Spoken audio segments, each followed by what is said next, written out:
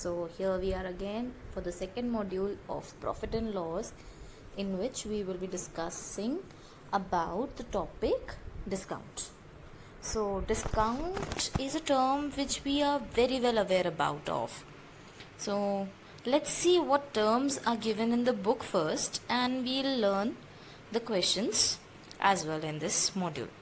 Acha, if you remember my last video or this module PPT, I've told that you have to be very practical regarding the chapter. So that same statement applies over here also in this module also. That is, you have to be very practical to imagine the situation. Just always, as soon as you read the question, imagine that the given person in the question is you and that situation is for you. And then the question will become very easy for you all. Let's start the module. Discount. अच्छा, discount is always charge. जैसे हमने पहले पिछले वाले module में हमने cost price, selling price ये सब पढ़ा था. देखो, कॉस्ट प्राइस हर प्रोडक्ट की होती है. जब हम मॉल्स जाते हैं, कोई भी मॉल ले लीजिए, कहीं पे भी हम जाते हैं, वहाँ पे हमारे पास ना एक टैग प्राइस होती है ना. किसी भी प्रोडक्ट पे टैग लगा हुआ होता है. So that tag price is known as are marked price. That tag price is known as our marked price. See what the statement says. In a big shop and departmental stores, every article is tagged with a card and its price is written on it. This is called the marked price of the article, abbreviated as MP. For books, the printed price is the marked price. आप खुद देख सकते हो, आपके पास जो भी book है उसकी printed price उसके पीछे लिखी हुई होती है या उसमें फर्स्ट पेज पे लिखी हुई होती है, कहीं पे भी प्रिंटेड प्राइस लिखी हुई होती है. That price is known as are mark price. अच्छा, अब ये जो मार्क प्राइस जो होता है, थोड़ा सा एक कॉन्सेप्ट समझ लीजिए. मार्क प्राइस जो होता है वो एक्चुअली ये जो प्राइस होता है, ये वो प्राइस नहीं होता जिस पे वो दुकानदार ने खुद ने वो सामान खरीदा होता है. सपोज करिए, let's take a book. A shopkeeper does not publishes a book. So वो जो बुक है वो कहीं से ख़रीद के लाया होगा, तब वो आपको सेल करेगा. तो वो जहाँ से ख़रीद के लाया, जितने में ख़रीद के लाया, वो उतने में थोड़ी आपको सेल करेगा. तो उसने क्या किया, सपोज़ करिए वो 100 रुपये में लाया, उसने 110 का टैग बना के उसकी मार्क प्राइस बना दी. तो मार्क प्राइस बनाने के बाद अब वो 110 में सेल करता है, तो उसको 10 रुपये का प्रॉफिट हो रहा है. उसने 110 में कर दिया. अच्छा, अब 110 में अब अगर वो चाहेगा तो अगर वो डिस्काउंट देना चाहे तो वो डिस्काउंट दे भी सकता है और नहीं भी दे सकता है. That is a different case जो हम इसमें मॉड्यूल में सीखेंगे. बट ध्यान रखिएगा, mark price is never the cost price always. But sometimes when the question does not states you clearly, it can be assumed that the mark price and cost price can be same. ठीक है. So list price. अच्छा, list price क्या होता है? Items which are manufactured in a company और इन अ factory are marked with price according to the list supplied by the factory at which the retailer is suppose to sell them. This price is known as the list price of the article. अच्छे खासे समझ में आ गया होगा, बहुत easy language है. तो list price हो, मार्क प्राइस हो या कॉस्ट प्राइस हो, तीन अलग अलग प्राइजेज हैं. But all these are prices at which the product is purchased. ठीक है ना. तो ये शॉपकीपर्स के लिए होती है. Next, discount. डिस्काउंट आप सबको पता है, हर कोई डिस्काउंट का वेट करता है या बिलीफ रखता है कि हमें डिस्काउंट मिलना चाहिए. In order to increase the sale और clear the old stock, sometimes the shopkeeper offers 13% of rebate. Rebate मतलब छूट on the marked price. This rebate is known as discount. Discount हमेशा आपकी मार्क प्राइस पे charge किया जाता है. मतलब मार्क प्राइस जितनी है उसके ऊपर कुछ 1% हम कमती करके दे सकते हैं. Note, the discount is always reckoned on mark price. जैसे हम प्रॉफिट या लॉस निकालते थे तो वो उसके लिए स्टेटमेंट क्या था? प्रॉफिट और loss is always calculated on cost price. उसी तरीके से the discount is always calculated on marked price. देखिए, प्रेफरेंस हमेशा मार्क प्राइस को होनी चाहिए. मार्क प्राइस नहीं है तो कॉस्ट प्राइस, कॉस्ट प्राइस नहीं है तो लिस्ट प्राइस. ठीक है, ये ध्यान रखना सीक्वेंस. नाउ अब यहाँ पे सेलिंग प्राइस कैसे निकलेगा? सेलिंग प्राइस का फॉर्मूला होता है mark price minus discount. Here are some formulas regarding the previous description. Discount percent. जैसे हम प्रॉफिट परसेंट निकालते थे या लॉस परसेंट निकालते थे, वैसे ही ये डिस्काउंट परसेंट है।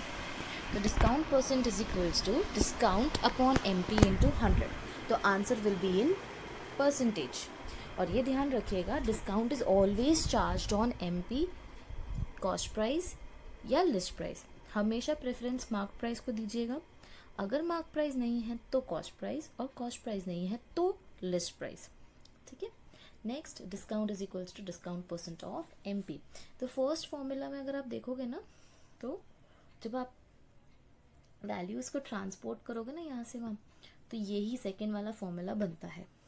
ठीक है, ट्राई करके देखना। चलिए, moving further, let's start you with few examples. Example 1. A trader marks his good at 40% above the cost price and allows a discount of 25%. What is his gain percent? हमें question में बोल दिया है कि उसको गेन परसेंट हुआ है। अच्छा, क्वेश्चन का मतलब क्या है? A trader marks his good at 40% above the cost price.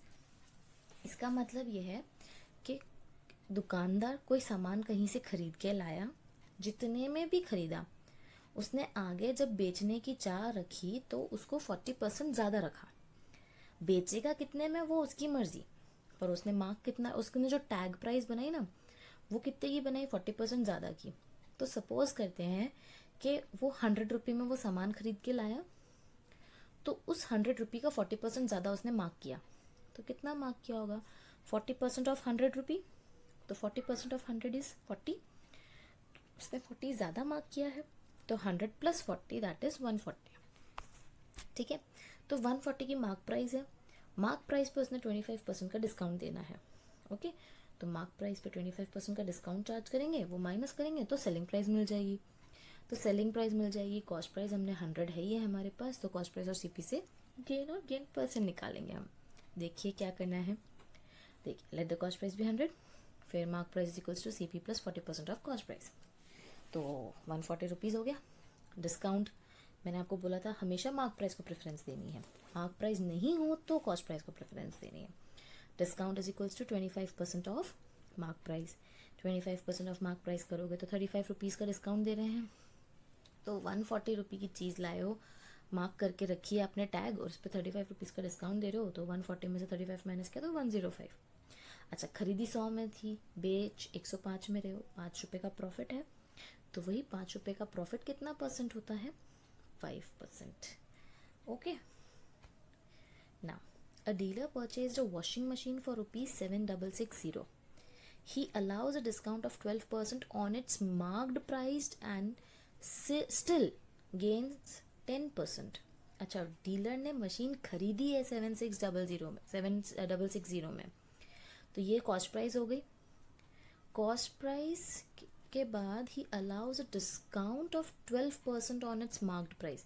Mark price मालूम नहीं है, तो mark price, let the mark price be X. अभी हमारे पास कॉस्ट प्राइस थी ना, इसीलिए हम मार्क प्राइस को 100 लेट नहीं कर रहे। हमारे पास कॉस्ट प्राइस और मार्क प्राइस दोनों नहीं होती है, तब हम किसी एक चीज़ को 100 लेट करते हैं। अभी मार्क प्राइस नहीं है, कॉस्ट प्राइस है, तो इसीलिए हम मार्क प्राइस को एक्स लेट कर रहे हैं। अब मार्क प्राइस मेरा एक्स है, उस पर डिस्काउंट लगाऊंगी तो 10% का प्रॉफिट होगा। तो पहले मार्क प्राइस पे 12% का डिस्काउंट लगाओ तो सेलिंग प्राइस मिलेगा। तो सेलिंग प्राइस मिल जाएगा, प्रॉफिट परसेंट मिल जाएगा, कॉस्ट प्राइस है, तो उससे हम एक्स की वैल्यू निकाल लेंगे। Here are some formulas regarding the previous description. Discount percent, जैसे हम प्रॉफिट परसेंट निकालते थे या लॉस परसेंट निकालते थे, वैसे ही ये डिस्काउंट परसेंट है। तो discount percent is equals to discount upon M P into 100। तो answer will be in percentage. और ये ध्यान रखिएगा, discount is always charge on M P, cost price या लिस्ट प्राइस। हमेशा प्रेफरेंस मार्क प्राइस को दीजिएगा। अगर मार्क प्राइस नहीं है तो कॉस्ट प्राइस, और कॉस्ट प्राइस नहीं है तो लिस्ट प्राइस। ठीक है। Next, discount is equals to discount percent of M P. तो फर्स्ट फॉर्मूला में अगर आप देखोगे ना, तो जब आप वैल्यूज़ को ट्रांसपोर्ट करोगे ना यहाँ से वहाँ, तो यही सेकेंड वाला फॉर्मूला बनता है। ठीक है, ट्राई करके देखना। चलिए, moving further, let's start you with few examples. Example 1. A trader marks his good at 40% above the cost price and allows a discount of 25%. What is his gain percent? हमें question में बोल दिया है कि उसको गेन परसेंट हुआ है। अच्छा, क्वेश्चन का मतलब क्या है, a trader marks is good at 40% above the cost price. इसका मतलब ये है कि दुकानदार कोई सामान कहीं से खरीद के लाया, जितने में भी खरीदा, उसने आगे जब बेचने की चाह रखी तो उसको 40% ज़्यादा रखा। बेचेगा कितने में वो उसकी मर्जी, पर उसने मार्क कितना, उसने जो टैग प्राइस बनाई ना वो कितने की बनाई, 40% ज़्यादा की। तो सपोज करते हैं कि वो 100 रुपये में वो सामान खरीद के लाया, तो उस 100 रुपये का 40% ज़्यादा उसने मार्क किया। तो कितना मार्क किया होगा, 40% ऑफ 100 रुपये, तो 40% ऑफ 100 इज़ 40। उसने 40 ज़्यादा मार्क किया है, तो 100 + 40 दैट इज़ 140। ठीक है, तो 140 की मार्क प्राइस है। मार्क प्राइस पे उसने 25% का डिस्काउंट देना है। ओके, तो मार्क प्राइस पे 25% का डिस्काउंट चार्ज करेंगे, वो माइनस करेंगे तो सेलिंग प्राइस मिल जाएगी। तो सेलिंग प्राइस मिल जाएगी, कॉस्ट प्राइस हमने 100 है। तो देखो अब सॉल्यूशन देखते कि सॉल्यूशन में हमने क्या किया है। सॉल्यूशन मैंने बहुत इजी वे में लिया है। जो एक्सप्लेन किया था वर्बली, जो एक्सप्लेन किया था क्वेश्चन में, वो थोड़ा सा अलग तरीके से था। सॉल्यूशन मैंने ना बहुत एक सीक्वेंस और एक बहुत प्रॉपर पैटर्न में लिया है। तो देखो हमारे पास कुछ भी नहीं है, ना मार्क प्राइस है ना कॉस्ट प्राइस है। तो हमेशा शुरुआत काम शुरू, अब कोई सामान खरीद के लाओगे फिर बेचने जाओगे, तो हम शुरू कहाँ से हो रहा है, कॉस्ट प्राइस से। तो शुरू वाली वैल्यू को हम 100 मान लेते हैं, क्योंकि दोनों नहीं है ना, दोनों में को एक्स तो मान नहीं सकते। एक को एक्स मानोगे तो एक को तो हम 100 मानेंगे, क्योंकि दो वेरिएबल से हम सॉल्व नहीं कर पाएंगे, इसलिए एक वेरिएबल हमने ले लिया और एक को हम कोई वैल्यू मान लेते हैं, तो वो है 100। अब कॉस्ट प्राइस मेरे पास है, क्वेश्चन में मुझे प्रॉफिट परसेंट दे रखा है 20%। तो कॉस्ट प्राइस और प्रॉफिट परसेंट के फॉर्मूले के साथ हम सेलिंग प्राइस निकाल सकते हैं। तो फॉर्मूला होता है selling price equals to 100 plus gain percent upon 100 into CP। Value put करो तो आपको सेलिंग प्राइस मिल गई 120, सेलिंग प्राइस मिल गई। अच्छा, अब मैंने बोला था कि कॉस्ट प्राइस अगर हम 100 मान रहे हैं तो मार्क प्राइस को x मान लो। तो मार्क प्राइस, अच्छा सेलिंग प्राइस आ गई, मार्क प्राइस हमें x मिल गया, तो डिस्काउंट पता होना चाहिए, क्योंकि हमारे पास फॉर्मूला क्या होता है, selling price is equals to mark price minus discount. तो मार्क प्राइस और सेलिंग प्राइस दोनों है तो डिस्काउंट पता होना चाहिए। डिस्काउंट का फॉर्मूला होता है discount percent of mark price. Discount percent हमारे पास था 25%, तो 25% ऑफ x कितना हो जाएगा, x इंटू 25/100। 25% है ना, परसेंट का साइन रिमूव होते ही अपॉन में 100 आ जाएगा। तो इसको सॉल्व करोगे 25/100 मतलब 1/4, 1 into x is x, x/4। तो सेलिंग प्राइस का फॉर्मूला अभी मैंने बताया, selling price equals to mark price minus discount. Mark price मेरी x माइनस डिस्काउंट मेरा आया x/4। तो 4 इंटू एक्स, इसको सॉल्व करके बता देते हैं आपको।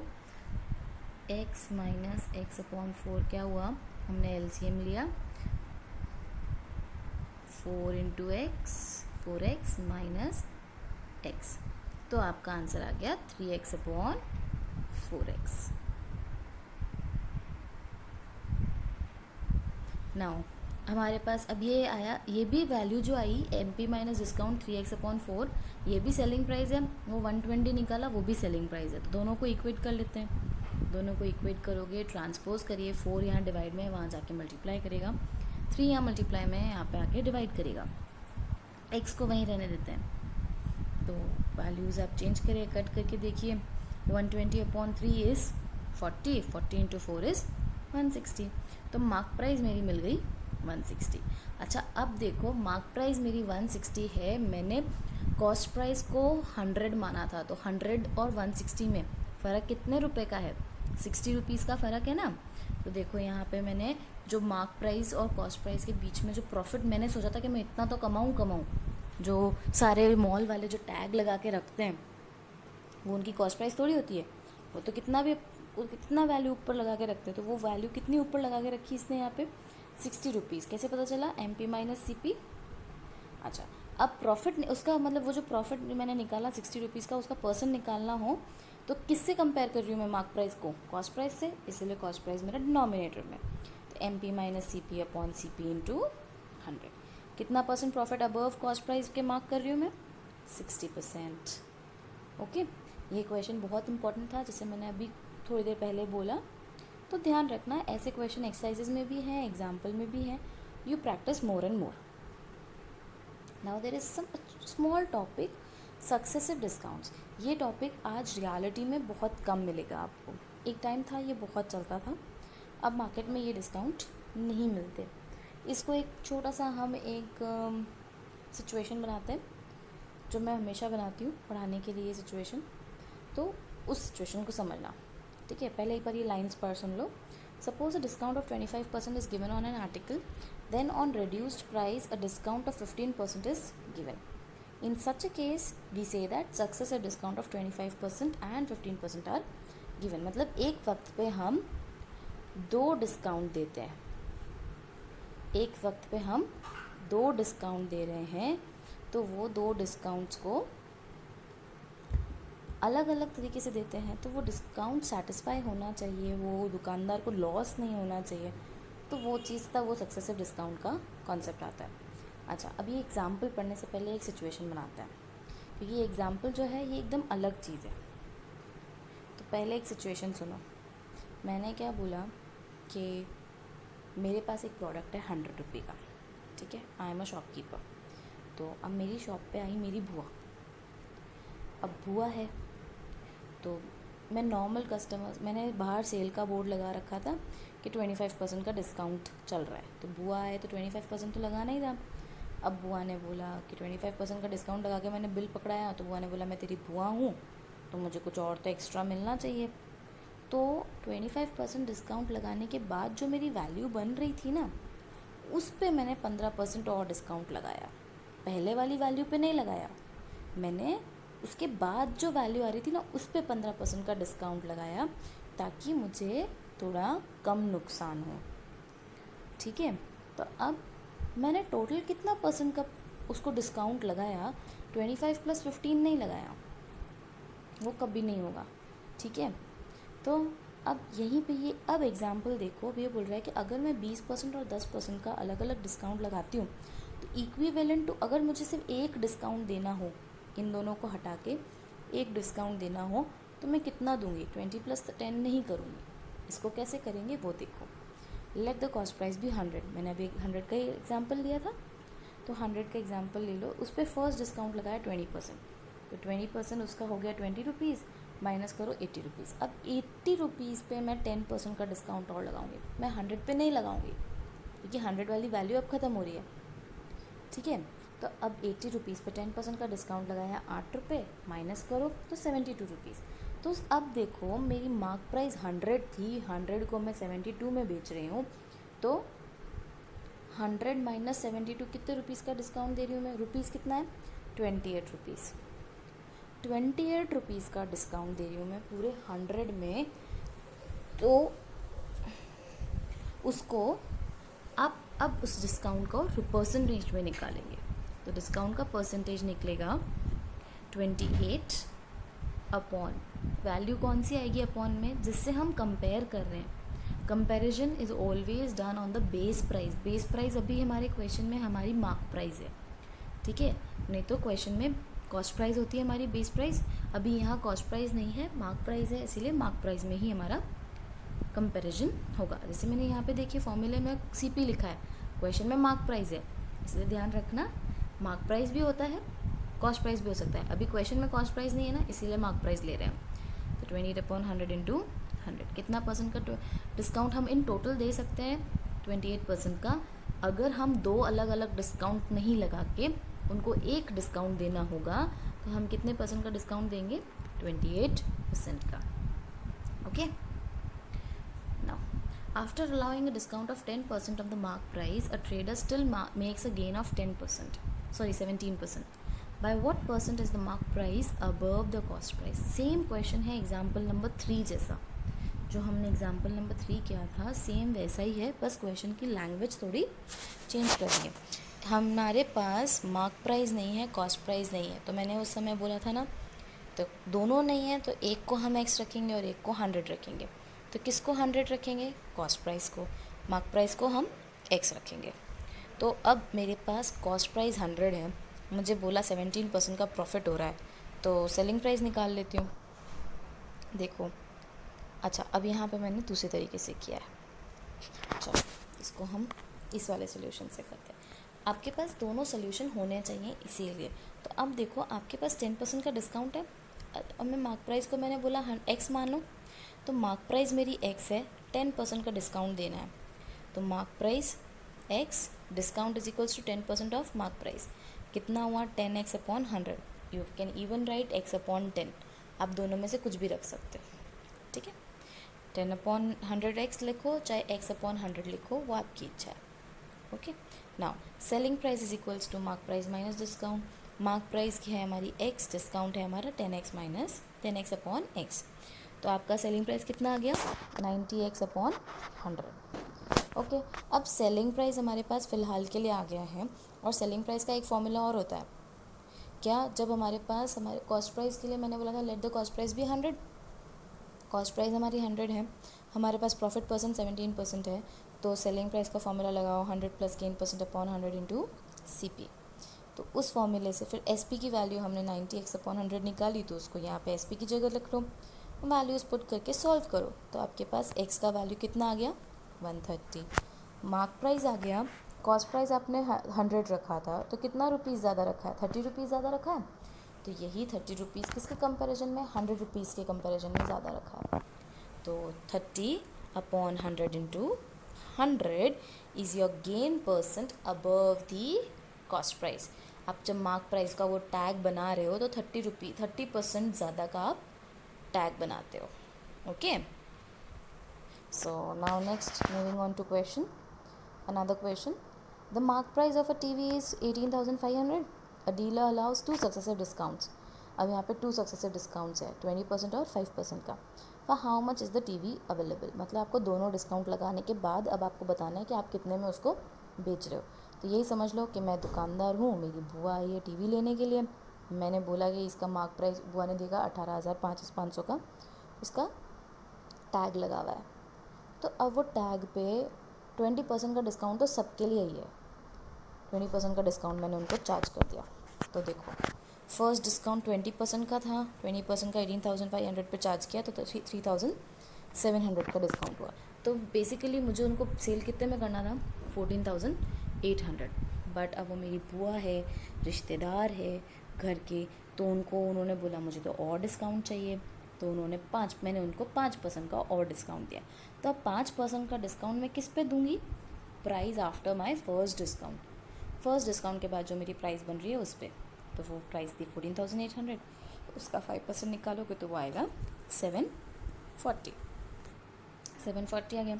14,800 में से 740 और माइनस कर दो, तो फाइनली अब आप सेल कितने में कर रहे हो 14,060 में। इतने में आप अपना TV सेल करोगे। ओके, अच्छा अब इस क्वेश्चन में अगर आगे मैं ऐड कर देती, यहाँ पे तो लिखा है for how much is the TV available, ये हो गया। अगर मैं इसके आगे क्वेश्चन ऐड कर देती हूँ कि अब आप बताओ कि अगर मुझे सिर्फ एक डिस्काउंट देना होता, if I want to allow one single discount equivalent discount to 20 and 5%, 20% और 5% के इक्विवेलेंट मुझे एक डिस्काउंट देना है, तो मैं कितना दूंगी।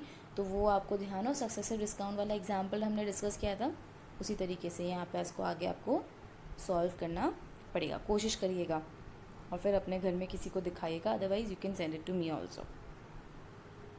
So here the topic discount is also completed.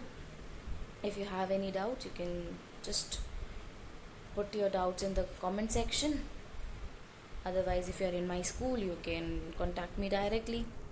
I hope you all have understood this concept. In my next module or in my next video, I will be discussing the last topic of our chapter, sales tax. Thank you so much.